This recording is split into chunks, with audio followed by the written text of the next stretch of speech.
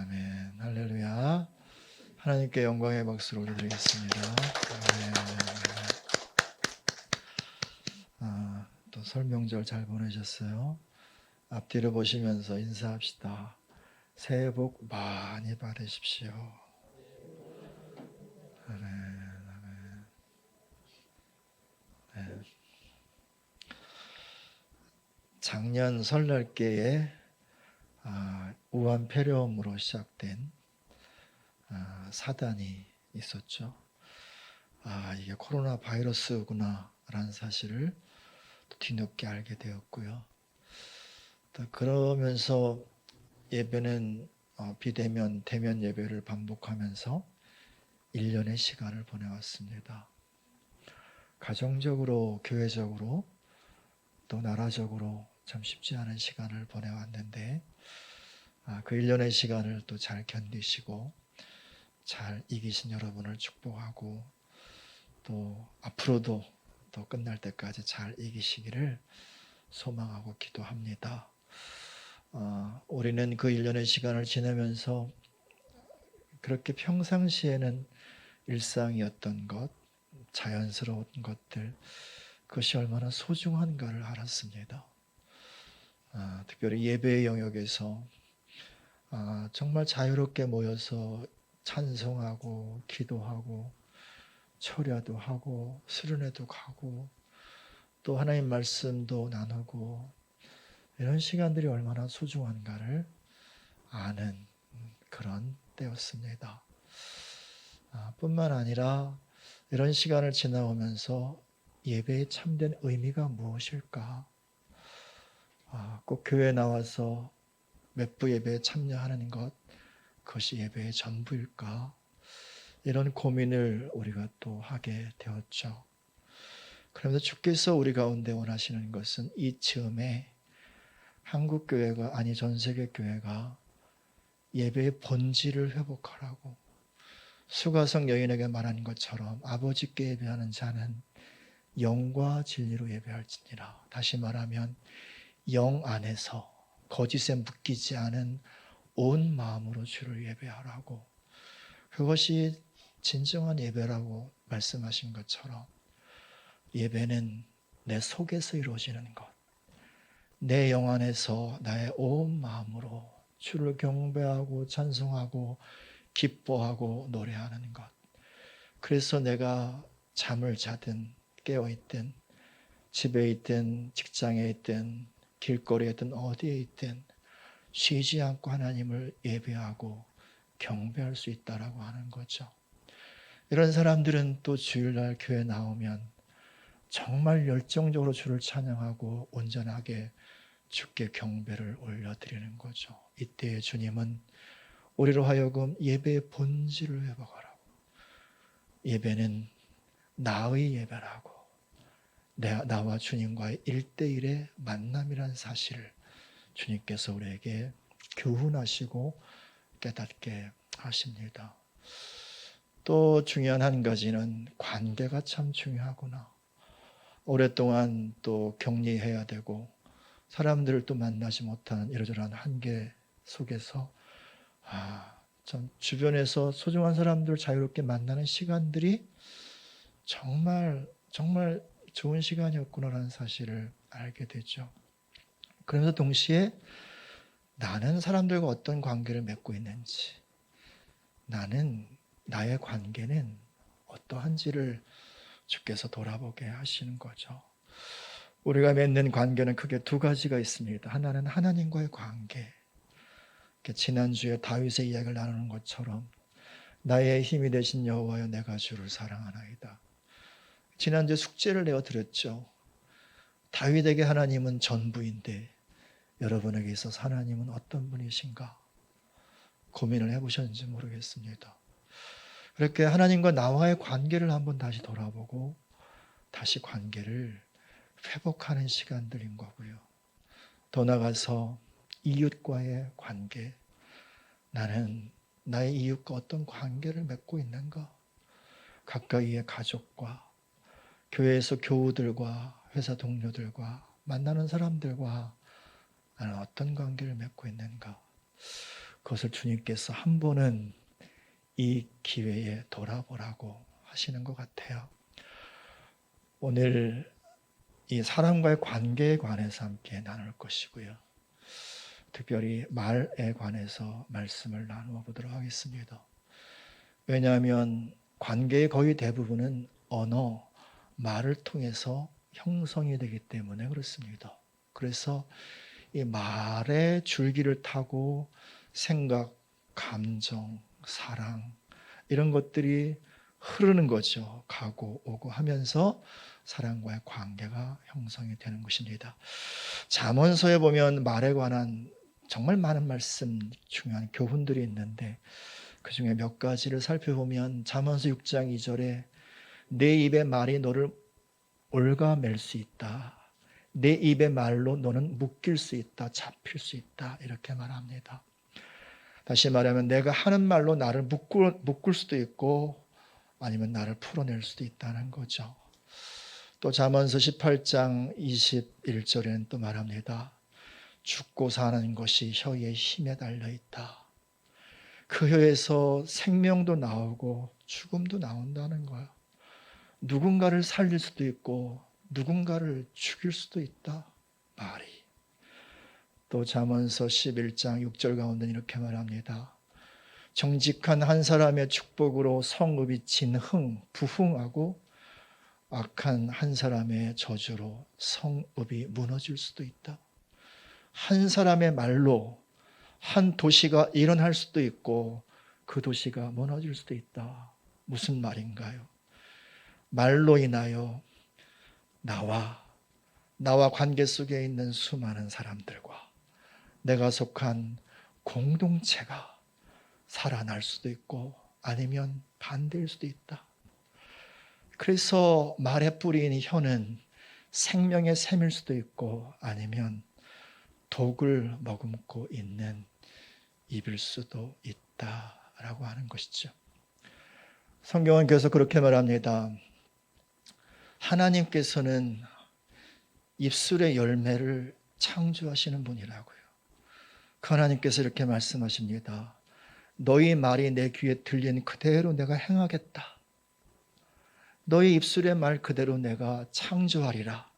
시행하리라. 거행하리라. 하나님 말씀하십니다.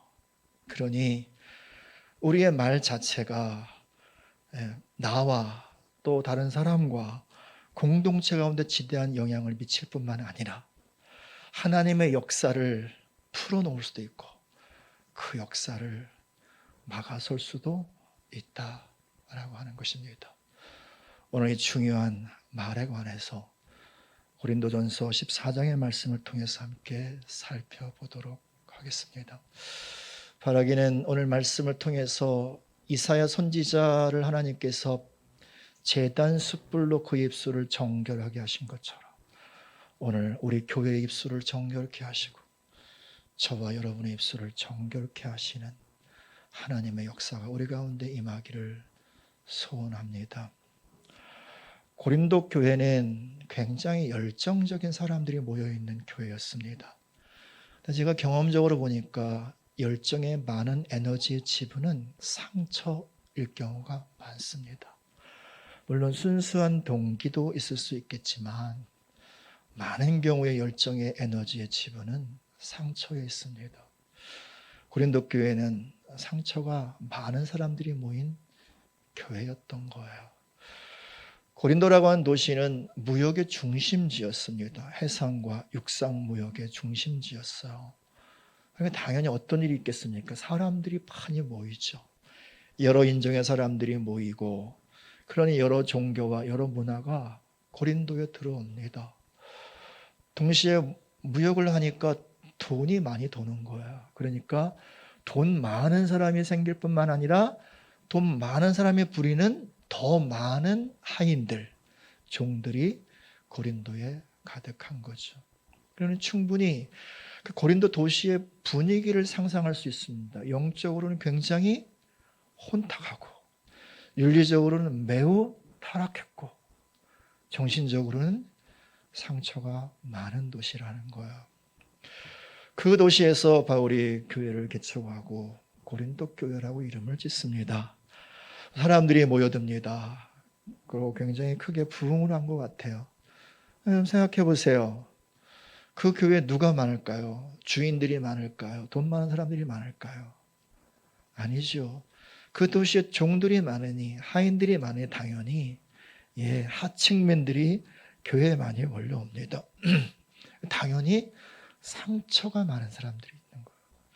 역으로 굉장히 열정이 있기도 한 거죠. 그래서 열정적으로 예배하고 기도하고 주의 은혜를 구합니다. 그래서 그들 가운데 굉장한 은사가 부어져요. 굉장한 성령의 어떤 그런 축복이 그 교회 가운데, 성도 가운데 부어지는 거예요. 다 교회마다 문제가 있고, 처음 생긴 교회니까 얼마나 많은 어떤 부딪힘과 문제가 있겠습니까? 어쨌든 고린도 교회 이러저런 많은 문제가 있었지만 가장 큰 혼란이 뭐냐면 은사에 관련된 거예요. 왜냐하면 나 이거 하나님이 주셨다 고집하면 누가 막습니까? 그죠? 그러니까 다 여기서 저기서 이건 하나님이 주신 거다, 하나님이 말씀하신 거다. 근데 다 딴소리해.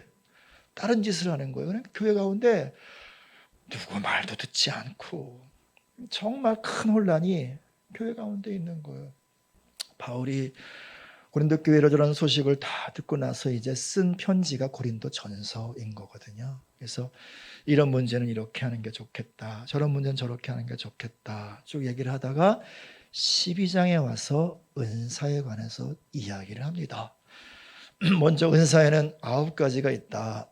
지혜와 지식의 말씀의 은사가 있고, 믿음의 은사가 있고, 능력 행함의 은사가 있고, 병 고침의 은사가 있고, 예언의 은사가 있고, 영분별의 은사가 있고, 방언과 통변의 은사들, 이 9가지 은사가 있다라고 얘기합니다. 그리고 그 다음에 하는 얘기가 교회 이야기를 해요. 교회는 그리스도의 몸이요 너희는 그 교회의 지체다 말합니다. 무엇을 말하라는 거예요? 은사는 서로 지체를 섬기기 위한 도구라는 거예요. 대부분이 상처가 많은 사람들은 자기가 인정받기를 원하잖아요. 그래서 남들 위해 좀 이렇게 힘 자랑을 좀 해보려고, 갖고 있는 거 자랑을 좀 해보려고 그러고 그러잖아요. 그죠? 그러는 그들 향해서 사도 바울이 말하는 거예요. 그거 아니야. 그게 아니라 주님께서 철저하게 다른 사람을 섬기라고. 그래서 서로의 몸을 잘 살려서 그리스도의 몸된 교회를 잘 세우라고 준 게 바로 성령 안에서 주시는 하나님의 선물, 좋은 은사들이야. 이런 얘기를 12장에 쭉 합니다. 그러면서 이제 13장으로 넘어오면서 갑자기 사랑 이야기를 해요. 그러면서 뭐라고 그러나요? 내가 사람의 방언과 천사의 말을 할지라도 사랑이 없으면 소리나는 구리와 울리는 꽹과리 같고, 예언한 능력이 있어서 놀라운 비밀을 말하고 대단한 능력을 행하고 갖고 있는 것을 가지고 다 부지할지라도 사랑이 없으면 아무것도 아니다. 다시 말하면 이 모든 것은 다 무엇을 위하는 것이다? 사랑을 위하는 것이다. 다시 말하면 사랑으로 다른 사람을 섬기기 위한 것이며, 그 섬김 안에서 교회 공동체가 온전하게 설 수 있다. 그러면서 사랑은 언제나 오래 참고 환상적인 이야기들을 합니다. 그리고 마지막 13장 13절에 그런즉 믿음, 소망, 사랑 이 세 가지는 항상 있을진데 그 중에 제일은 뭐다? 사랑이다. 이렇게 얘기를 합니다. 그리고 이제 오늘 우리가 읽었던 14장으로 넘어와서 보십시오. 1절에 어떻게 시작하는가? 사랑을 추구하며. 이게 뭐예요? 무슨 얘기를 하는 거예요? 사랑을 따라가라는 거예요. 우리 모두는 다 사랑을 따라가야 하고, 또 우리가 갖고 있는 모든 은사와 모든 섬김은 다 사랑 안에 있어야 한다라고 하는 거지. 다시 말하면 그 사랑을 온전히 이루기 위함이라는 거지. 그 다음에 뭐라고 말합니까? 신령한 것들을 어떻게 하래요? 사모하래요. 은사 때문에 상처가 많았어요. 문제가 많았어요. 많은 혼란과 혼돈이 있어요. 이거 뭐 별로 도움이 안 돼. 교회 도움이 안 돼. 무시하지 말라는 거예요. 포기하지 말라는 거예요. 왜? 하나님이 주시는 영에 속한 신령한 선물이기 때문에. 그래서 어떻게 하래요? 정말 갈망하래요. 정말 사모하래요. 방언하기를 정말 갈망하고, 예언의 은사 갈망하고, 영분별 정말 갈망하고, 지혜와 지식의 말씀을 정말 갈망하라고, 하나님 주신 것을 정말 소홀히 여기지 말라고. 그러면서 그 다음에 뭐라고 말합니까? 특별히 뭐라고 그래요? 이 예언을 하려고 하라. 그래요. 다른 신령한 것들이 다 좋은 거라고. 그래서 정말 사모해야 된다고. 그런데 그 중에 특별히 뭘 하래요? 예언을 하래요. 우리는 여기까지 읽다가 마음이 탁 막혀요. 그리고 14장은 그냥 쭉 내려가. 대충 봐요, 대충 봐요. 12장은 그래도 말씀이 좋아요. 왜냐하면 도움이 되니까 은사가 이런 게 있구나. 그치? 교회가 이런 거구나. 13장 너무 환상적이야. 내가 그렇게 살지 못해도 최고 아름다운 장 아닌가요? 너무 아름다워.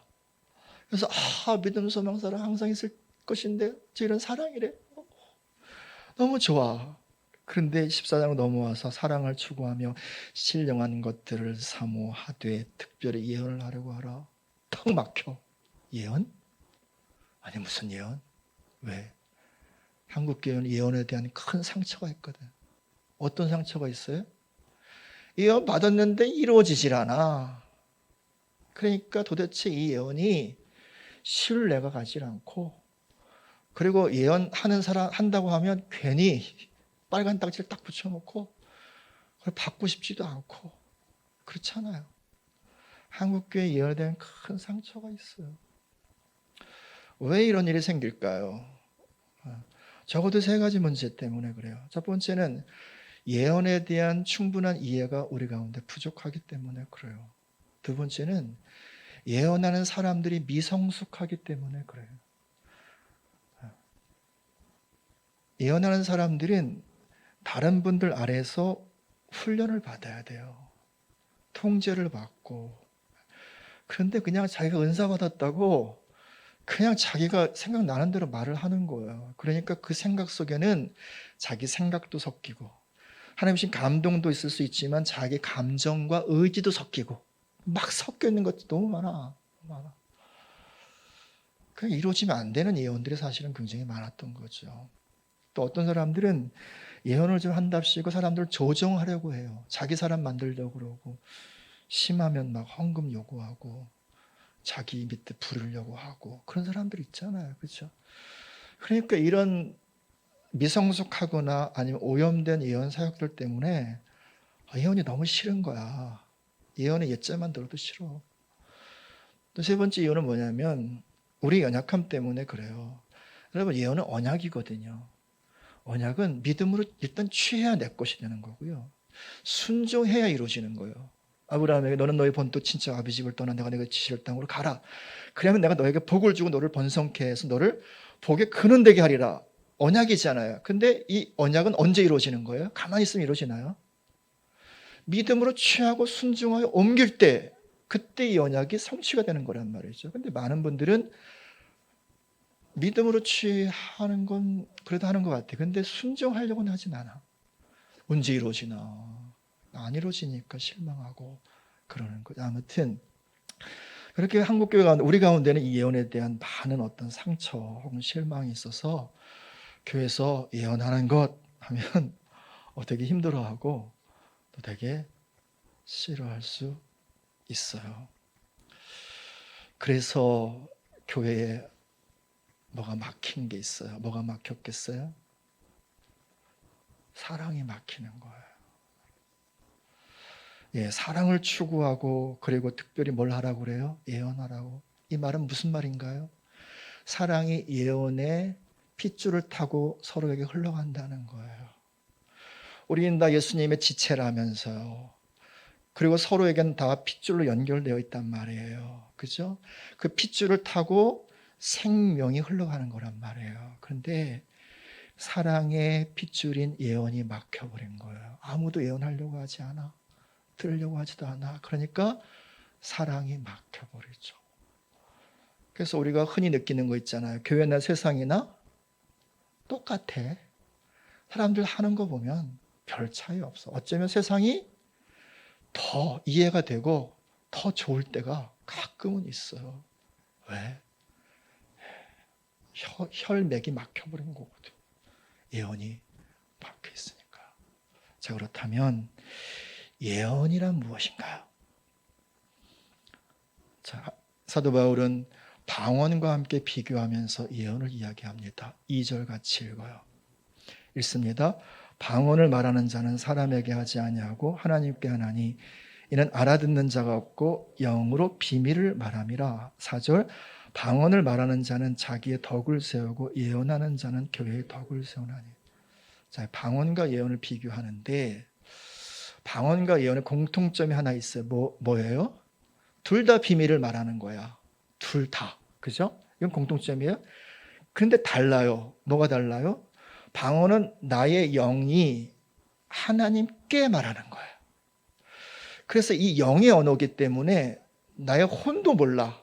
내 생각도 이게 도대체 내가 무슨 말을 하는 건지 어쨌든 하나님께 비밀을 올려드리는데 나도 내가 무슨 말을 하는 무슨 기도를 하는지 나도 몰라. 근데 그냥 입에서 뭐가 자꾸 나와. 그렇잖아요. 방언하는 사람들 아시잖아요. 좀 더 하다 보면 내가 무슨 기도하는 거 대충 눈치채지만 정확히 몰라.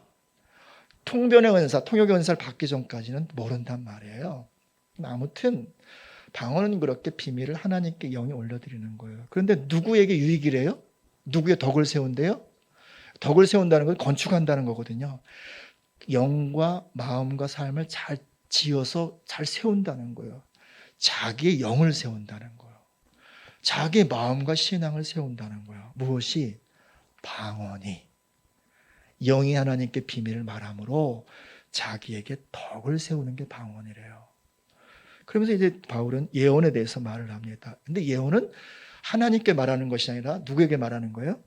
사람에게 말하는 거래요. 그러니까 당연히 우리가 쓰는 모국어로 말을 해야 되겠죠. 나도 이해가 되고 그 사람도 이해가 돼야 되니까. 그죠? 근데 비밀을 말하는 거야. 그래서 다른 사람에게 비밀을 말하는데 어디에 덕을 세우는 거예요? 교회에 덕을 세우는 거죠. 교회를 세우는 거란 말입니다. 또 교회 지체는 한 사람 한 사람 상대방을 세우는 거란 말입니다. 그게 바로 예언이라고 하는 거예요. 여기서 또 하나 탁 막히는 게 있어요. 비밀? 이건 뭐 기도 많이 하는 사람들이나 뭐 이거 아는 거 아닌가? 뭐 40일 금식이나 좀 하고 뭐 목사님쯤이나 돼야 아는 거 아닌가? 나 같은 사람은 아니야. 비밀이란 단어 앞에도 탁 막힌단 말입니다. 그렇죠? 자, 그렇다면 비밀이 무엇일까? 오늘 본문 앞 말씀 안에 비밀의 내용이 있을까요? 없을까요? 있으니까 제가 이렇게 여러분에게 묻는 거죠. 찾아보세요. 도대체 비밀이 뭘까? 무슨 비밀을 말하는 것일까? 눈치가 빠른 사람은 금방 알 수 있어요. 시작 어떻게 해요? 사랑을 추구하고. 이게 비밀이에요. 사랑이에요. 여러분, 하나님 아버지의 최고의 비밀이 무엇일까요? 사랑이에요. 하나님 품 가장 깊은 곳에 아드님이신 예수님이 계시잖아요. 예수님 품속에 뭐가 있어요? 십자가의 그 사랑이 있잖아요. 그 십자가를 통해서 보여주신 게 뭐예요? 하나님의 세상을 이처럼 독생자를 주시기까지 다 주기까지 이처럼 사랑하사. 되게 신령해 보이네요. 그렇죠? 이거 좀 저기 좀 잡아주세요. 사랑이에요, 사랑. 그러므로 사랑하는 여러분, 방언이 하나님께 영의 비밀을 말하는 거라며요. 뭘 말하는 거겠어요? 사랑을 말하는 거예요. 그 방언엔 많은 내용이 있겠죠. 많은 내용이 있지만 그 모든 방언을 총합하면 결국 뭐예요? 하나님 사랑합니다. 이거예요, 이거. 아버지 사랑합니다. 이거란 말입니다. 그러니까 방언은 기도이기도 하고 찬송이기도 하고 예배이기도 한 거예요. 그러니까 하나님께서 그 찬송, 그 예배, 그 기도를 받으시고 사랑으로 임하시는 거죠. 그래서 그 영이 세워지는 거예요. 영이 더 온전해지는 거예요. 동시에 그 마음이 무너지고 깨어진 마음들이 다시 회복이 되는 거예요. 그 신앙과 삶이 서는 거란 말이에요. 그래서 방언은 하나님께 비밀을 말함으로 그 속에 찬송하고 예배하고 기도함으로 하나님과의 만남 속에서 계속 나의 덕을 세우는 거란 말이에요. 그렇다면 예언은 뭘까요? 옆 사람에게 하나님이 당신을 진짜 사랑합니다. 이거 말해주는 거예요. 이거 말해주는 거예요. 여러분, 교회 오래 다니신 분들 많잖아요. 누군가 여러분에게 다가와서 어깨를 푹 안아주고 하나님이 당신을 진짜 사랑한대. 이렇게 여러분에게 누군가가 말씀해 주셨던 경험이 있으신가요? 혹은 여러분이 누군가에게 다가가서 정말 하나님 아버지의 마음을 갖고 손 꼭 붙잡고 하나님의 당신을 정말 사랑한대. 이렇게 말씀해 보신 기억이 계신가요? 가물가물하잖아요. 이게 바로 교회의 모습인 거예요. 예언이 끊어진 거죠. 누구의 의도겠어요? 누가 좋아하겠어요? 하나님이 기뻐하실까요? 아니요. 원수가 기뻐하겠죠. 그러므로 사랑하신 여러분, 지금 이 쯤에 우리 교회가 회복해야 할 것이 바로 예언이에요. 특별히 무엇을 하려고 하라고요? 예언을 하려고 하라고요. 처음엔 쑥스러울 수 있어요. 안 해봤던 거니까, 들어보지 않았던 거니까. 그러나 한 사람씩 한 사람씩 먼저 찾아가서 하나님은 당신을 정말 사랑하신다고, 하나님 당신에 대한 큰 기대를 갖고 계신다고. 그래서 보세요, 3절에 한 절 같이 읽어볼까요? 그러나 예언하는 자는 사람에게 말하여 덕을 세우며 권면하며 이러하는 것이요. 덕을 세운다는 것 말씀드렸잖아요. 건축해 주는 거예요. 영혼과 마음과 신앙을 잘 세워주는 거예요. 권면하는 건 뭐예요? 격려해 주고 축복해 주는 거잖아요. 블레싱 해 주는 거잖아요. 위로해 주는 것, 낙심하고 슬픔 가운데 있는 자들 가운데 찾아가서 함께 아파해 주고 함께 울어주고 함께 힘을 북돋워 주는 거잖아요. 그게 뭐예요? 사랑이야. 그죠? 사랑하는 거. 그게 바로 예언이에요. 그게 바로 최고의 비밀을 말하는 거예요. 여러분, 설날 다 세배하셨잖아요. 세배 받으신 분도 계시고, 그죠? 세배하면서 자식들이 뭐라고 그러나요? 아버지, 어머니, 올해도 건강하시고 장수하세요. 그 세배를 받고 어머니, 아버지 뭐라고 말하나요? 그래, 너희들도 건강해라. 올 한 해 동안 하는 일들마다 잘 되길 바란다. 이게 뭐예요? 이게 예언이에요. 사랑을 담아서 선포해주고 고백해주는 거란 말입니다. 하나님 아버지의 마음에 내가 동의해서 그 아버지의 마음을 내가 믿음으로 소망을 담아서 선포해 줄 때 무엇이 이루어지는 거예요? 사랑이 이루어지는 거예요. 여러분, 우리의 영혼과 우리의 마음과 우리의 삶이 무너지고 깨어지고 상처 입은 가장 큰 이유가 뭔지 아시잖아요. 정상적인 사랑이 공급되지 않았기 때문에 그래요. 마음이 뭔가 허전해. 마음이 뭔가 좀 헛헛해. 마음이 아프기도 하고 왠지 몰라도 아파. 여러분, 그 마음, 그 영 어떻게 위로받고 어떻게 일어날 수 있나요? 방법은 하나밖에 없어. 그 상처보다 큰 주님의 사랑이요, 그 상처를 뛰어넘는 영원한 아버지의 사랑이요, 그 사랑을 전달해 줄 때요, 그 사랑을 나누어 줄 때요, 그 사랑이 바로 옆에 있는 성도 한 사람 한 사람들의 영혼과 마음과 신앙을 붙잡아주고 세워주는 거죠. 우린 너무 오랜 시간 동안 옳고 그름을 따지는 데 익숙해 왔어요. 세상이 그런 거잖아요. 선악을 알게 하는 나무의 열매의 결과 그거잖아요. 옳다 그러다 내가 기준이 되어서 판단하고 따지잖아요. 근데 여러분과 누군가 그런 논쟁을 한다 칩시다. 상대방이 막 자기 옳음을 얘기해. 근데 가만히 듣다 보니까 내가 틀렸어. 그래 내가 틀렸어. 네가 맞아. 인정을 하지만 마음에 뭐가 남아요? 상처가 남아. 왜? 난 짓밟힌 거니까. 난 뭉개진 거니까. 그래서 여러분, 옳고 그름을 따지면 반드시 피해자가 생기고 가해자가 나와요. 우리는 선악을 알게 한 나무 아래에서 생명나무 아래로 옮겨진 자들이죠. 생명나무가 뭐예요? 십자가잖아요. 십자가 뭡니까? 너 잘못했어. 근데 네 잘못 내가 가져올게. 너 죽을 죄 졌어. 그 죽을 죄 내가 가져올게. 내가 감당할게. 내 문제야. 내가 아플게. 너는 괜찮아. 넌 구원받아. 넌 의로운 자가 돼. 이게 생명나무잖아요.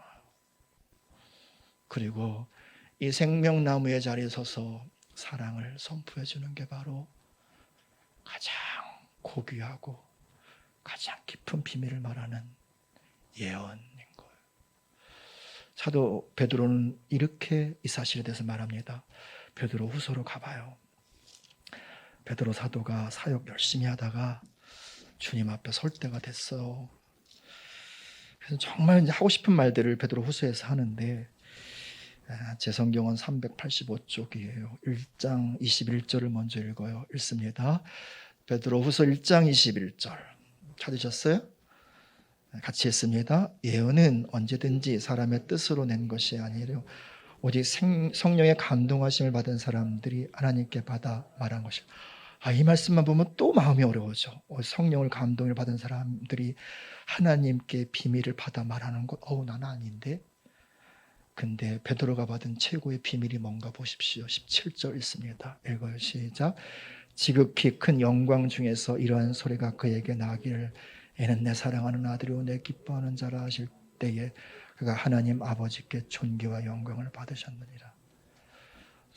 베드로가 받은 최고의 예언, 예수님과 함께 변호산에 올라갔을 때 하나님이 예수님께 말씀하신, 이는 내 사랑하는 아들이요 내 기뻐하는 자다. 이것이 최고의 예언이었다는 거예요. 이것이 하나님의 최고의 비밀이었다는 거예요. 그 사랑하는 여러분, 사도 바울이 특별히 예언하기를 힘쓰라고 말한 이유가 여기 있는 거예요. 아무나 할 수 있다는 거예요. 믿는 사람이라면 다 성령 안에 있는 자들이고 하나님의 감동을 받아서 옆에 있는 모든 동료들에게 이 사랑을 말해주라고, 이 사랑을 전달하라고, 특별히 예언을 하라고 그렇게 이야기를 하는 거죠. 우리 교회가 정말 이런 교회가 되시기를 축복합니다. 그럴 때 이런 열매가 있을 거라고 말합니다. 다시 본문으로 와봐요. 좀 밑으로 가서 14장 20절 읽습니다. 읽어요. 시작. 형제들아, 지혜에는 아이가 되지 말고 악에는 어린아이가 되라. 지혜에는 장성한 사람이 되라. 지혜는 장성한 사람이 되라. 텔레이오스, 지난주에 플레로 말한 단어를 나눴죠. 그거는 꽉 찼다는 의미고요. 여기서 말하는 이 텔레이오스, 이것은요 완성하다, 완전하다 이런 말이에요. 그렇게 예언을 통해서 교회를 완전케 하라는 거 아닌가요? 교회를 완성케 하라는 거 아닌가요? 장성한 교회를 이루라는 거 아닌가요? 그리고 서로 장성한 분량에 이르도록 하라는 거 아닌가요? 어떻게요? 정말 내가 예언을 시작한다 칩시다. 처음에는 하나님 당신을 사랑합니다. 이거로 시작하는 거예요. 누구나 다. 근데 정말 계속해서 마음을 다해서 하나님 아버지의 마음을 품으려고 하다 보면 조금 더 깊이 사랑의 내용을 알게 돼. 이 형제 가운데 있는 눈물이 보여요. 영 안에서. 근데 이 눈물 하나님께서 어떻게 생각하시는지도 보여. 그의 실수가 보이면 또 그 실수를 어떻게 처리하시는지 보여. 그래서 다가가서 말해주는 거죠. 사랑하는 형제 가운데 이런 마음 때문에 참 많이 아팠구나. 근데 하나님이 다 아신대. 하나님을 다 이해하신대. 하나님은 그것보다 넘치도록 형제에게 채워주신대. 그렇게 한 걸음 한 걸음씩 사랑의 깊이 안으로 들어가는 거예요. 그러면 그럴수록 내가 더 온전하게 되는 거 아닌가요? 그리고 남들도 온전케 세워지며 교회가 함께 그렇게 나갈 때 교회 공동체가 예수 그리스도의 장성한 분량에 함께 이르게 되는 거죠. 그리고 거기에 그 서로 가운데 수많은 신경망과 그리고 혈관을 타고 사랑이 계속 그렇게 펌프질하듯이 흐르고 넘치는 거죠. 그러니 교회가 어떻게 되겠어요? 사랑의 용광로가 되지 않을까요? 그렇잖아요. 그래서 24절 25절 읽어요. 두 번째 열매요.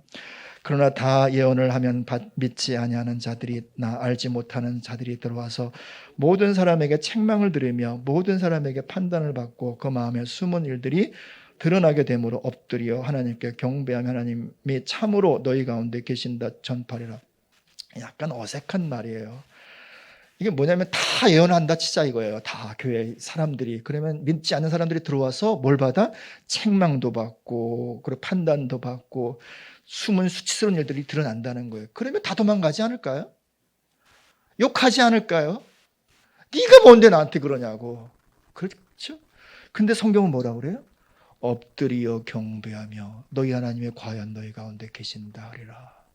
교회 안으로 들어온다는 거잖아요. 그죠? 뭘 보고 그러는 걸까요? 뭘 보고? 적어도 두 가지 아닐까요? 첫 번째는 하나님의 권능을 보는 거죠. 아니 어떻게 알아? 아무에게도 말하지 않았는데? 내 부인도 모르는 건데? 근데 이거로 끝나는 게 아니라 두 번째, 사랑으로 덮어주니까. 당신이 예전에 이렇게 저렇게 마음이 아프고 힘들 때 그때 하나님 당신과 함께 계셨다고, 세상에 아무도 없는 것처럼 나를 주목하지 않는 거라고 이렇게 외로움 속에 치를 떨고 있을 때 주님이 형제와 함께 계셨었다고, 이런 말들을 하는 거죠. 그때 거기서 굴복하는 거예요. 하나님은 살아계시는구나. 이게 전도, 도를 전한다. 도가 뭐예요? 복음이잖아. 예수 그리스도의 도, 복음이 뭐예요? 십자가의 사랑이잖아요. 사랑을 전하는 거라고요. 이게 전도예요.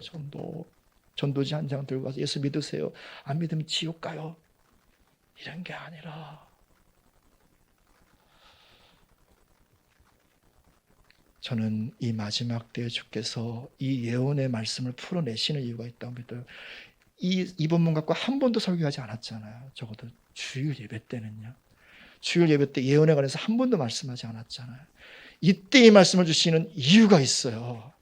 왜냐하면 믿음과 소망과 사랑이 사라지고 있는 때 아닌가요? 믿음은 흔들리고 소망은 희미해지고 사랑은 변질되고 있는 이 세상 속에서 주님은 다시 주를 향한 굳건한 믿음 가운데서, 형제를 향한 소망 속에서 사랑을 말해주고 사랑을 흘려보내주는 그런 거룩한 교회, 주 예수의 몸된 장성한 교회, 그 교회를 이때에 세우길 원하시는 것이고, 이런 교회를 산 위에 등불처럼 세우셔서 이 세상 가운데 사랑을 받지 못해서 몸부림치는 인생들 가운데 도를 전하라고요. 그리스도의 도, 복음의 도, 생명의 도를 전하라고, 그렇게 오늘 우리들에게 다시 예언을 회복하시고 있다고 믿습니다. 말씀을 마무리합니다. 교회 오래 다니다 보면 감독자가 되는 경향성이 있어요. 뒤에 앉아서 쟤는 왜 저래? 뭐 저렇게 하지?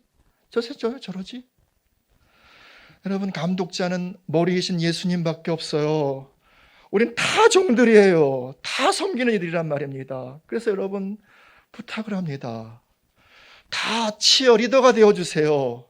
감독자가 되지 마시고, 장로님도 치어리더가 되어주시고, 권사님도 응원 단장들이 되어주셔서 청년들, 청소년부 아이들, 유치부, 아동부 아이들, 믿음이 연약한 사람들 응원해 주시고 권면해 주시고 격려해 주시고 덕을 세워주시고 사랑을 흘려보내 주어서 그들이 이 교회에 오면서 정말 이 교회는 살아있는 교회구나, 주님의 몸인 교회구나 알 수 있도록, 제가 어떤 청년들과 이야기하면서 고백을 한 게 있어요. 나는 너희들을 섬기는 너희의 종이라고. 나의 어른은 바로 너희들이라고. 제가 저희 아이를 키우다 보니까 알겠더라고요. 하나밖에 없는 아들놈이지만 이제서야 아는 게, 얘는 내 아들이 아니라 하나님이 나에게 보내신 하나님의 아들이구나. 나는 이 아들을 섬기는 종이구나. 종이구나. 그래서 제가 가끔 영감님, 우리 집에 영감님이 한 분 계시다고. 예, 저는 저를 포함해서 우리 모두가 다 이제는 감독자의 자리에서 좀 내려오시고 다 서로를 향해서 치어리더가 되어주시는, 응원 단장이 되어주시는, 그래서 이때에 우리 교회가 정말 주께서 원하시는 완전한 장성한 교회로 세워지는 그런 은혜가 있기를 예수님의 이름으로 축복을 드립니다. 기도하겠습니다.